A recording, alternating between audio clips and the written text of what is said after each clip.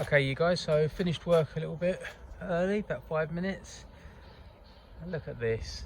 Look at the state of this. Been grey and horrible all day. As you well know, I always give a weather update. Hate it. Needs sun to be uplifting. But then again, this is uplifting, so that's a good thing. So I've got my vacuum pipe in today. I jumped the gun a little bit, didn't show you guys, but basically cut the old end off, whacked it onto this bit of vacuum pipe, going round the back. I'm going to go underneath, go along here, it's got to come to here. Now it's also got to go via this little valve thing here. So I've got to get that on, and then that's the end of rubber that goes onto the actual engine itself. So I have to cut that off in a minute. Unfortunately, the pipe's a little bit big, so I'll put an insert in it. Once I Jubilee clip it down, it'll be fine. Also, one thing to note, if you're ever doing anything like this, vacuum pipe is significantly different than any other pipe. It's non-collapsible. See, I'm squeezing that and I'm giving it some, and that ain't closing at all. You know, I mean, don't get me wrong, I could push that really, really hard and probably close it, but it's not as easy as like a fuel pipe to close. So don't use the wrong stuff. Moral of the story. So I'm trying to put the understeering console up. Basically, I don't know if I can focus on this, I need one of these, self-tapper. You would think in a garage this size that they'd be absolutely everywhere, but they're not. So I'm gonna have to delve into what everybody's got, which is a shit box full of nuts and bolts and all kinds of weird stuff. Wish me luck. Well, that didn't actually take as long as I thought. Managed to get this little baby. So I'm going to get that beauty in there now. I'll show you what's it all fitting onto. So here we go. Show you where we are. So basically trying to get this bit up, trying to make it all a bit tighter as just hanging about before. So I didn't show you earlier. You can't really see it now, but in there I've wanged the nut into that, so that kind of holds that sturdy as such. I've put two under here, both sides, and I'm going to put one in the middle there because a lot of the plastic unfortunately has broken off, but as you can see, if I leave it, it's just like that, and that's horrible. Let's see if we can make that a bit tighter. Well, I've managed to get on there, but if I'm totally honest, I'm not very happy with the fit, but as you can see, this is where it fits, these bits here, so it's on. It can't get any nearer, it can't go inside it, and this overlaps, but I just don't like it. It's just a bit, it's just plasticky. It's like a good old-fashioned Ford. Look at this, it don't really line up, but I can't. I might have to just put a little self-tapper in there. I can't get that any nearer because a lot of the plastic housing is broken on this side. There's nothing to actually screw it. So this bit's solid. Look at that. Factory OBD. Love it.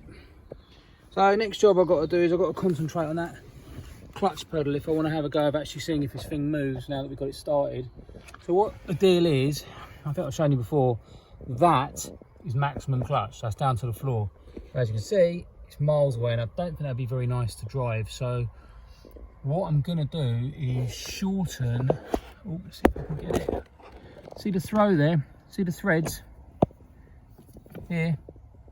I'm going to shorten that down by about half and then use the adjuster to do the rest. Because there's plenty there. So it will be quite far down to the ground, unfortunately. But there's not much I can do about that. It's just the way the throw of the pedal works. Ideally, you'd want this a little bit higher, I think. Yeah, I think that's right. You'd want the pivot point to be a little bit higher. That way you wouldn't have to move the pedal as much. Is that right? Or maybe the other way around. Not 100% sure, but I'm babbling. I'm going to cut it down, get this nearer to the ground, and that's it. It's as good as it gets. Got a little bit of midweek action going on here. So I went and picked up my Jubilee clips. Managed to get this little bit of hose onto here as well. So this is now going to go under there, onto the boost valve. A little bit concerned. I've got a theory that's got to be moved. I think something that goes here, and I can't remember where the hell it is. Something like a plastic shroud that goes along here, but I'll be damned if I can remember where it is, so I'll worry about that later. But yeah, so this is the vacuum line. It's going to go onto this bit here, which I've discovered is too small, or the hose is slightly too big. So what I've done, ingeniously, is cut a little bit of the old plastic, cut a line down to split it. I'm going to push it over, and then I'm going to push this hose over and Jubilee clip it up. Job done. Everyone's a winner. So that comes all the way around to here. This is all tightened up. That's all good to go. These boys here are all tightened, as I said. Everything's looking good. So I want to show you guys this.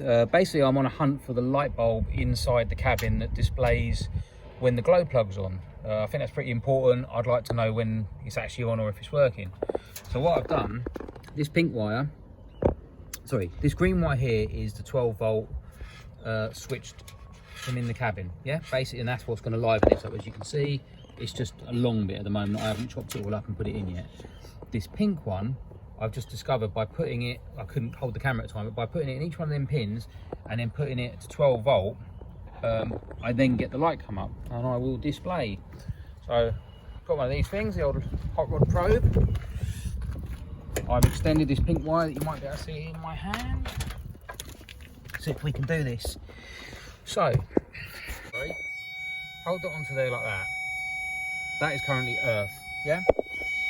And what we'll do, so you can tell by the petrol gauge, you click one over, click another one, you can hear it prime, yeah? But by me pressing this button and looking at the dash, that's our glow plug light. So I'm applying 12 volts to that by me pressing this button, as you can see. Yeah? And that's how you tell. Right, so I've just this second got it all wired up. It's getting a bit grey and miserable out here and I think it's going to rain, so I'm going to be packing it up shortly, but I've managed to get this to work.